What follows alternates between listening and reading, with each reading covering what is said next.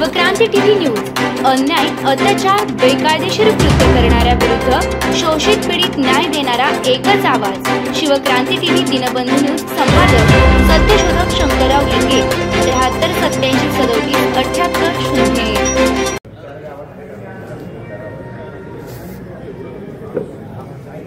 0।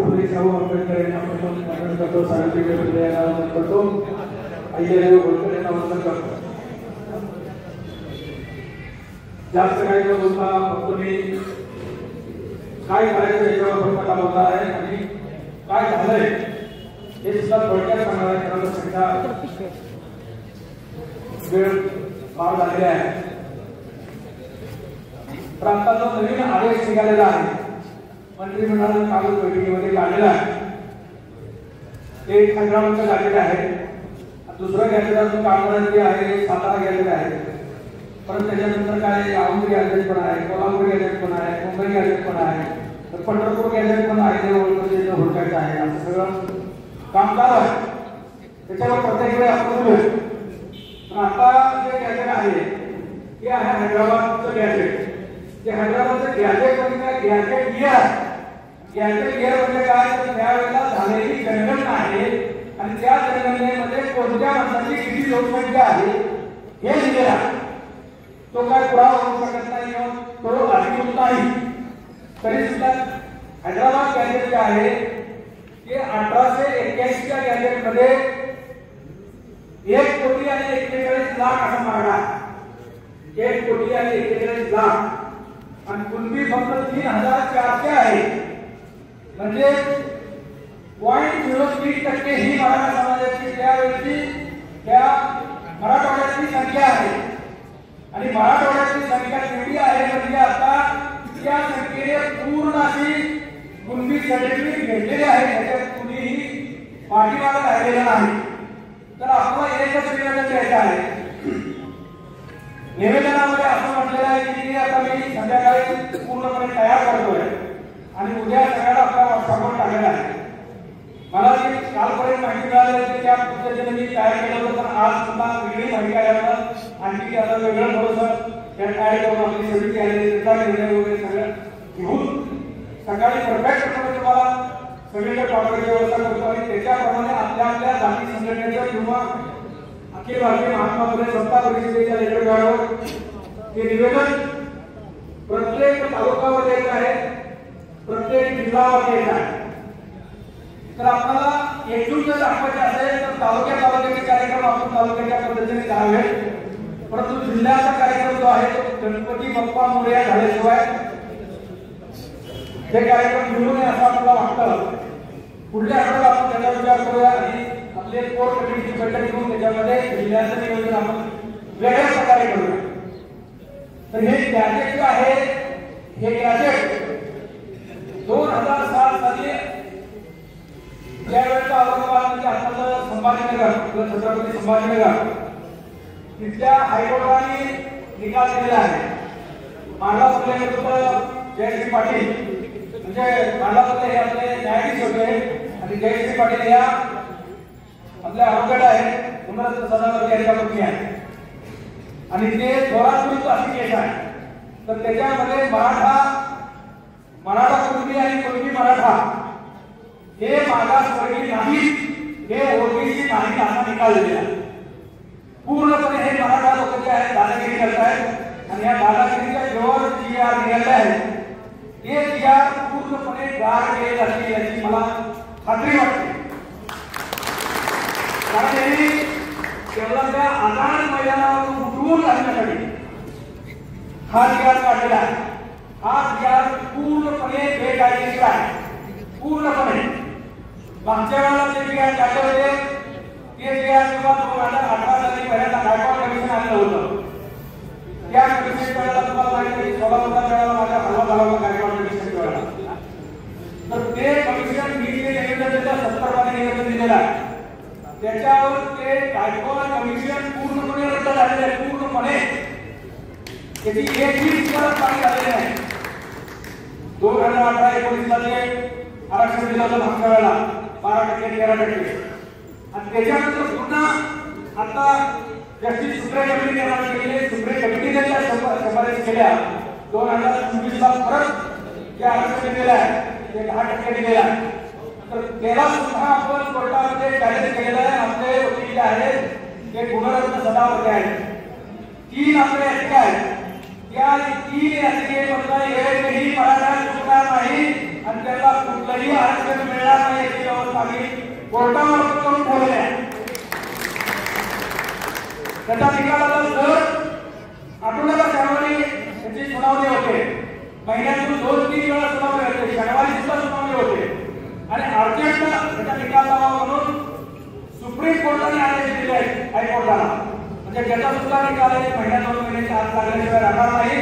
आणि जे सुप्रे आयोगाने जे शिफारसीचे आरक्षण त्याला 10% मिळालेलं आहे ते सुद्धा बेकायदेशीर आहे. कारण 5 मे 2021 ला महाराष्ट्र सरकार विरुद्ध आरोग्य डॉक्टर जयश्री पाटील यांनी पुन्हा केले आहे आणि त्याच्यामध्ये सुद्धा 650 पानांचा निकाल आहे. त्या 650 पानांमध्ये कुणबी मराठा कुणबी ही जात म्हणजे राजकीय गावात आहे. म्हणजे याचे सरपंच आहेत, उपसरपंच आहेत, मेंबर आहेत, जिल्हा परिषद अध्यक्ष आहेत, त्यांचे साखर कारखाने आहेत, दूध डेअरी आहेत, शाळा आहेत, सर्व सत्ता पत्ता मालमत्ता हे जमीनदार आहेत, जागीरदार आहेत, आमदार आहेत, खासदार आहेत, मंत्री आहेत, त्यांचे उपमुख्यमंत्री आहेत, 12-13 वेळा मुख्यमंत्री झालेले आहेत, देशाचे उपपंतप्रधान झालेले आहेत, देशाच्या राष्ट्रपती झालेले आहेत. या सर्व समाजाने सर्व पद उपभोगलेले आहेत, राष्ट्रात राज्यपाल झालेले आहेत. एवढी सर्व पद भोगून जे राजे म्हणून या ठिकाणी ओळखले जातात हे राजे सध्या ठिकाणी झाले आहेत. तर प्रजाने काय करायचं ते आपण ठरवलं पाहिजे. बरोबर आहे का? राजे सध्या ठिकाणी झाले त्या आरक्षणाची भीक मागतायत आणि डोंबाऱ्याने आपला मागून झालेलं 3 दिवस 8 दिवस नासून झालेलं त्यांच्या ताटातलं खायला हा मराठा समाज निघाला. कारण यांनी आपल्यावर इतका अन्याय इतके वर्ष केलेला आहे तरी सुद्धा आपण त्याला थोडा भाव म्हणून आतापर्यंत जोडून दिलेला आहे. आतापर्यंत या सोलापूर जिल्ह्याने मागच्या वेळेला आमदारकीमध्ये क्रांती केलेली आहे. 11 पैकी 8 उमेदवार हे बीसी ओबीसी अल्पसंख्याक आहेत. त्यामुळे आपली वेगळी ही सोलापूर जिल्ह्यात झालेली आहे. फक्त आता एक धक्का द्यायची गरज आहे. एक धक्का आता जिल्हा परिषदला द्या, तुम्ही पंचायत समितीला द्या, नगरपालिकेला द्या, महानगरपालिकेला द्या. म्हणजे हे सगळं सरकार पटवून येते. एकीकडे म्हणायचं आम्ही आमचा डीएनए ओबीसी आणि दुसरीकडे रात्री मराठा समाजाची कमिटी करायची, त्या कमिटीच्या मार्फत आपलं आरक्षण काढून घ्यायचं. हे दुसरीकडून शासनाचं काम आहे. तर या शासनाच्या पाठीमागे राहायचं का राहायचं हे सुद्धा माऊली सांगतील आपल्याला. कारण याने सुद्धा आपल्याला भाऊ म्हणून आपल्या सगळं त्यांना द्यायचा कार्यक्रम केलेला आहे. तर मला म्हणून आता पुढची दिशा द्यायची आहे. पुढची दिशा द्यायची म्हणजे आपल्याला कोर्टात, हायकोर्टात आणि सुप्रीम कोर्टात या केसेस टाकायच्या आहेत. यापूर्वी 3 केसेस टाकले आहेत. या 3 केसेसचा खर्च आपण 20 लाख रुपये स्वतः केलेला आहे. तिथं चंदाराने आले, चंदाराने ऑनलाईन मीटिंग घेतली होती. त्या मीटिंगवर काही शिक्षकांनी, काही नोकरदारांनी अनेकांनी कबूल केलं आपले एवढे पैसे देऊ. त्यानंतर आमचा फोन सुद्धा स्टॉप केलेला आहे. 1 पैसा पण दिला, 1 पैसा. ही आपली नीती आहे. तरी सुद्धा बाजारावर माझ्या हिंमत आहे की बंगार गोळा करून 20 लाख रुपये खर्च केले आहे. तिथं त्या पंढरपूरमध्ये या स्टेशनवर तुम्ही फुटपाथवर झुकून बंगार गोळा करून सायकलवरनं तिथं खरेडी असेल किंवा तुमचं हे नाशिगाव असेल किंवा काय टावसे असेल या सर्व गावातून बंगार सायकलवर गोळा केलेला माणूस आहे. इथे तिथं पटेल तिथं पोलिसची वगैरे आहे. तिथं बंगारचं वगैरे असेल त्या बंगारामध्ये बंगाला राहतो 1984 साली. तर काही गरिबी काही जन्माला येत नसते किंवा श्रीमंती काही जन्माला येत नाही. आपली जन्म से बडा नाही होता, कर्म से बडा होता है. आपलं कर्म काय? आपलं कर्म करा. सावता महाराजांनी म्हटलेलं आहे कर्णाचा माझी अवघी काय अवघा झाला माझा आहे. सर्वांनी आपलं कर्तव्य करा आणि या ठिकाणी आपलं योगदान द्या. नुसतं पोलाची भात आणि पोलाची कडी असं करू नका. एवढं मी तुम्हाला मुद्दाम सांगतोय. कारण इथनं पुढे येणारे दिवस अतिशय बेकार आहे. त्यासाठी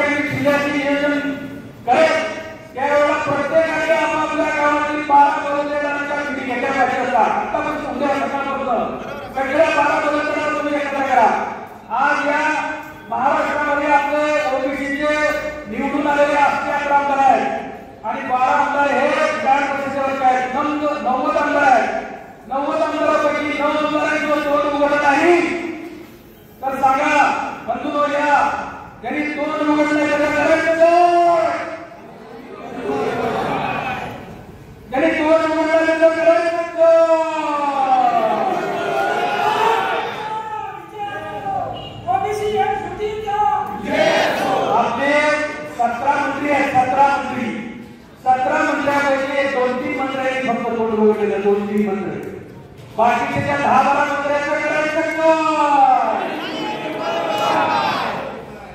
आपले ओबीसीचे मंत्री आहेत राव, कसं काय करायचं? आपल्याला कसं काय करायचं? आता आपल्या चुकले बघायचं नाही, काय बघायचं आहे?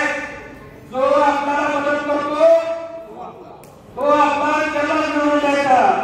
आता बघितलं काय सांगोल्याला काय झालं?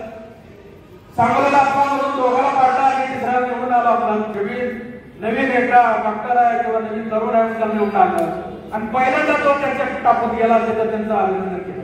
बोला, म्हणजे पुराणीचा ताटा कोणताच काळ ही पद्धत जर असेल तर त्याला सुद्धा सांगितलं पाहिजे आपली भूमिका काय.